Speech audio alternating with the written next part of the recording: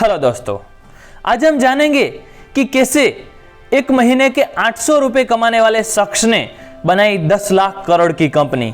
इस कहानी में हम जैक मा की सक्सेस स्टोरी के बारे में जानेंगे इन हिंदी में।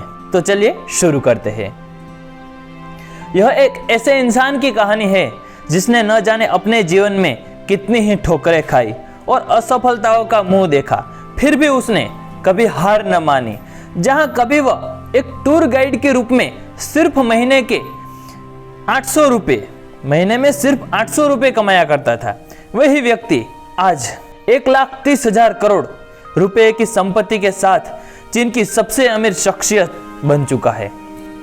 एक रंग से राजा बनने की ये कहानी किसी और की नहीं बल्कि ई कॉमर्स कंपनी Alibaba.com के संस्थापक जैक मा की है। तो आइए जानते हैं जैक मा की इंस्पिरेशनल सक्सेसफुल स्टोरी। उनका जन्म 15 अक्टूबर 1964 को एक संगीतकार व कहानीकार के घर जंगजो चीन में हुआ था। उनका बचपन एक ऐसे दौर से गुजरा जब चीन में साम्यवाद यानी कि कम्युनिज्म अपने चरम पर था और वहां के नागरिकों का बाहरी दुनिया से लगभग कोई नाता न था। चीन की उस सांस्कृतिक क्रांति के दौरान जैक मा के परिवार को कम्युनिस्ट पार्टी के विरोधी नेशनलिस्ट पार्टी का समर्थक होने के कारण काफी यातनाएं सहनी पड़ी थी। कई बार फेल हुए। जैक मा की लाइफ में जो फेलियर है उसे पहले हम जानेंगे कि Jack Ma life is full of failures. Jack Ma को उनकी पारंपरिक शिक्षा से ज्यादा उनके जीवन की विफलताओं ने सिखाया। आपको जानकर शायद ये अचरज होगा कि आज के चीन का सबसे अमीर व्यक्ति कभी पढ़ाई में बहुत ही कमजोर था। वे प्राथमिक विद्यालय की एक महत्वपूर्ण परीक्षा में 2 बार फेल हुए और माध्यमिक विद्यालय की परीक्षा में 3 बार फेल हुए। जैक मा शुरू से ही अंग्रेजी भाषा सीखना चाहते थे। अमेरिका के राष्ट्रपति रिचर्ड निक्सन सन 1972 में जंगजो आए थे और उससे जंगजो के पर्यटन उद्योग को एक बहुत बड़ा प्रोत्साहन मिला। उसके बाद स्कूल के दिनों में ही जैक एक टूर गाइड के रूप में काम करने लगे ताकि वे कुछ पैसा कमाने के साथ साथ अंग्रेजी भी सीख सके। वो पहला मौका था जब जैक टूर गाइड के रूप में बाहरी दुनिया के लोगों के संपर्क में आए। ये उसका पहला मौका था। स्कूल के बाद जैक ने कॉलेज के लिए आवेदन किया, लेकिन कॉलेज की प्रवेश परीक्षा में 3 बार फेल हुए। उन्होंने हार्वर्ड विश्वविद्यालय प्रवेश के लिए 10 बार आवेदन किया, लेकिन एक बार भी वे सफल नहीं हुए। पर आखिर में उन्हें जंगजो में टीचर इंस्टीट्यूट में दाखिला मिल गया, जहां से सन 1988 में उन्होंने अंग्रेजी भाषा में स्नातक किया। शायद आपको लगे कि इतनी बड़ी कंपनी के संस्थापक के लिए गणित तो बहुत ही आसान विषय होगी, पर वास्तविकता उससे कोसों दूर है। अपने कॉलेज में गणित की परीक्षा में उन्हें 120 अंकों में से केवल 1 अंक प्राप्त हुआ था। खुद जैक मा के शब्दों में, मैं गणित में अच्छा नहीं हूं, अभी मैनेजमेंट की पढ़ाई नहीं की। कभी उन्होंने अपनी जीवन में मैनेजमेंट की पढ़ाई नहीं की और अब भी अकाउंटिंग रिपोर्ट को पढ़ना नहीं जानता।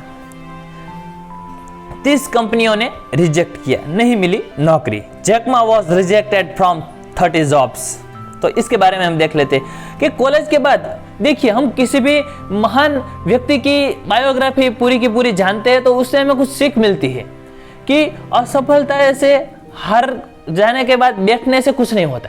इसी कहानी जानते रहेंगे तो हम जान सकेंगे कि लोग सक्सेस कैसे होते हैं, सक्सेस होने का रास्ता क्या होता है। इसके बारे में हमें डिटेल से कुछ इसके बारे में हम जानेंगे तो उसके बारे में सोच सकेंगे। कॉलेज के बाद उन्होंने करीब 30 कंपनियों में नौकरी के लिए आवेदन किया और सभी कंपनी ने उनके आवेदन को अस्वीकार कर दिया। उनके खुद के शब्दों में, मैंने पुलिस की नौकरी के लिए आवेदन किया, लेकिन उन्होंने मेरे आवेदन को यह कहकर अस्वीकार कर दिया कि मैं इस नौकरी के लायक ही नहीं हूं, क्योंकि हाइट में भी छोटे थे। जब हमारे शहर में KFC कंपनी ने अपना स्टोर खोला तो मैंने KFC में जॉब के लिए आवेदन किया। ये जैक मा के शब्द हैं। कुल 24 लोगों ने KFC में जॉब के लिए आवेदन किया था, जिसमें 23 लोगों को आवेदन स्वीकार हो गया, सिवाय कि मेरे। आखिरकार उन्हें 800 रुपये प्रति माह पर एक शिक्षक की नौकरी मिली। वहां वे विद्यार्थियों के बीच काफी मशहूर हुआ। बाद में जब उन्होंने एक अनुवादक यानी कि ट्रांसलेटर के रूप में कार्य करना शुरू किया, तब एक बार उन्हें अमेरिका जाने का मौका मिला। वही पहली बार सन 1995 में इंटरनेट की दुनिया से रूबरू हुए। इंटरनेट की दुनिया में पहला कदम, when Jack Ma first discovered in the internet. अब जैक मा इंटरनेट की दुनिया में आते हैं। इंटरनेट को जानने के बाद सबसे पहले उन्होंने चीन के बियर की जानकारी देने वाली एक नई वेबसाइट बनाई। चीन के बियर की जानकारी देने वाली एक नई वेबसाइट बनाई जिसका नाम उन्होंने चाइना पेज रखा था। बेहतर निवेश के लिए उन्होंने एक सरकारी निकाय के साथ साझेदारी की, पर सरकारी नौकरशाही ने धीरे धीरे इनके पास अपने सपने और परियोजना का दम घोटना शुरू किया, जिसके कारण अंततः उन्हें सरकारी निकाय से अलग होना ही पड़ा। उससे उन्हें एक बहुत ही बड़ा सबक मिला, जिसके बारे में वो कहते हैं कि सरकार से प्यार करे पर शादी नहीं। आखिरकार निवेश की कमी जैसे कई कारणों से उनकी यह परियोजना सफल न हो सकी। अलीबाबा की शुरुआत और सफलता, सक्सेस स्टोरी ऑफ अलीबाबा। अब अलीबाबा की सक्सेस स्टोरी हम जानेंगे कि कैसे सक्सेस हुए। चाइना पेज की असफलता के बाद उन्होंने एक बिल्कुल ही नए विचार पर काम करने की सोची, और वह विचार था एक ऐसी वेबसाइट की स्थापना करना जो अलग अलग व्यवसायों के बाजारों के लिए एक खास पोर्टल प्रदान करे, और जहां दुनिया के विभिन्न जगहों के निर्यातक अपने उत्पादकों की एक विस्तृत सूची पेश कर सके। जैक मा ने इस वेबसाइट का नाम अलीबाबा रखा। पहले अलीबाबा में निवेश के लिए जैक मा ने सिलिकॉन वैली की ओर रुख किया, जहां उन्हें सिर्फ निराशा ही हाथ लगी। यहां तक कि सिलिकॉन वैली में कईयों ने तो उनकी इस परियोजना को एक असफल और घाटे वाला बिजनेस मॉडल करार दिया, पर उन्होंने अपने इस सपने को टूटने नहीं दिया, और जल्दी ही वो वक्त भी आया जब वो बड़ी कंपनियों गोल्डमैन सैक्स और सॉफ्टबैंक ने alibaba.com में कुल $25 मिलियन का निवेश किया। उतने पर भी अलीबाबा से कोई लाभ न होता देख जैक मा और उनकी टीम ने 2003 में taobao.com नाम से एक ऑक्शन वेबसाइट, नीलामी वेबसाइट बनाई, जिस पर सामानों की नीलामी निःशुल्क थी। इस वेबसाइट का निर्माण सबसे बड़ी ई कॉमर्स कंपनी ईबे को पछाड़ने के लिए किया गया था, जिसका पहले से ही चीन के नीलामी बाजार के बड़े हिस्से पर प्रभुत्व था। ताओबाओ पर निःशुल्क सेवा प्रदान करने की वजह से अलीबाबा पर बहुत अधिक आर्थिक दबाव बनाने लगा। इस दबाव को कम करने के लिए मा और उसकी टीम कई अतिरिक्त वैल्यू एडेड सेवाएं उपलब्ध कराने लगी, जैसे कस्टम वेब पेज।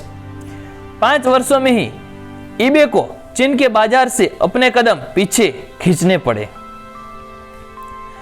खुद से कहीं ज्यादा बड़े प्रतिद्वंदी से भिड़ने में तो जैसे जैक मा को एक अलग ही आनंद प्राप्त होता था। जानिए इस व्यक्ति का माइंडसेट कि खुद से कहीं बड़े प्रतिद्वंदी को से भिड़ने को तो उसको जैसे एक अलग ही आनंद प्राप्त होता था।